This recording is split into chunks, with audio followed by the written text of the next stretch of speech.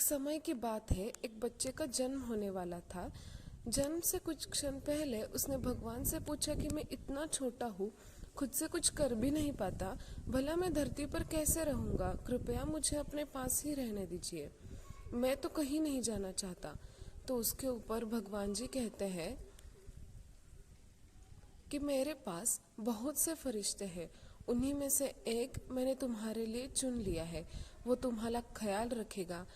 तो उसके ऊपर बच्चा कहता है, पर आप मुझे बताइए, यहाँ स्वर्ग में मैं कुछ नहीं करता, बस गाता और मुस्कुराता हूँ, मेरे लिए खुश रहने के लिए इतना ही बहुत है।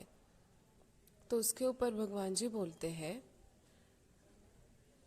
तुम्हारा फरिश्ता तुम्हारे लिए गाएगा भी और हर रोज तुम्हारे लिए मुस्कुराएगा भी, और तुम उसका प्रेम महसूस भी करोगे और खुश भी रहोगे।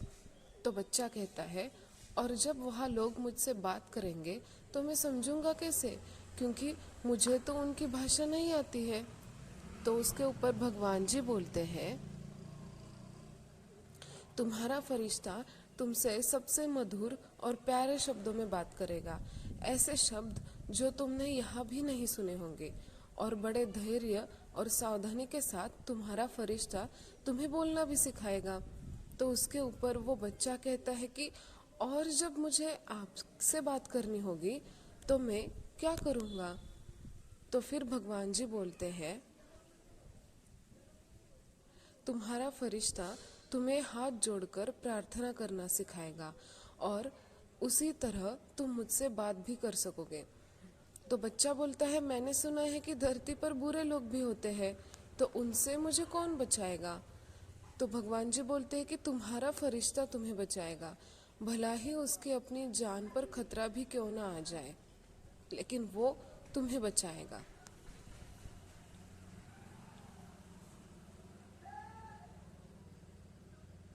तो बच्चा बोलता है कि लेकिन मैं हमेशा दुखी रहूंगा, क्योंकि मैं आपको नहीं देख पाऊंगा।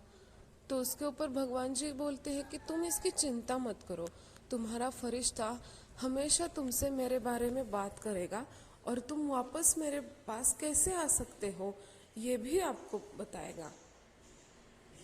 तो उसके ऊपर फिर भगवान जी उनको समझाते हैं कि उस वक्त स्वर्ग में असीम शांति थी, पर पृथ्वी से किसी के कराहने की आवाज आ रही थी। बच्चा समझ गया कि अब उसे जाना है, और उसने रोते रोते भगवान से पूछा, हे ईश्वर, अब तो मैं जाने वाला हूँ, कृपया मुझे उस फरिश्ते का नाम बताइए। तो भगवान जी बोलते हैं, उस फरिश्ते का नाम बस भगवान जी उनको बताते हैं, और वो बताते वक्त वो बोलते हैं कि फरिश्ते का नाम उसका कोई महत्व ही नहीं है, बस इतना जानो कि तुम उसे माँ कहकर पुकारोगे, बस माँ कहकर पुकारोगे।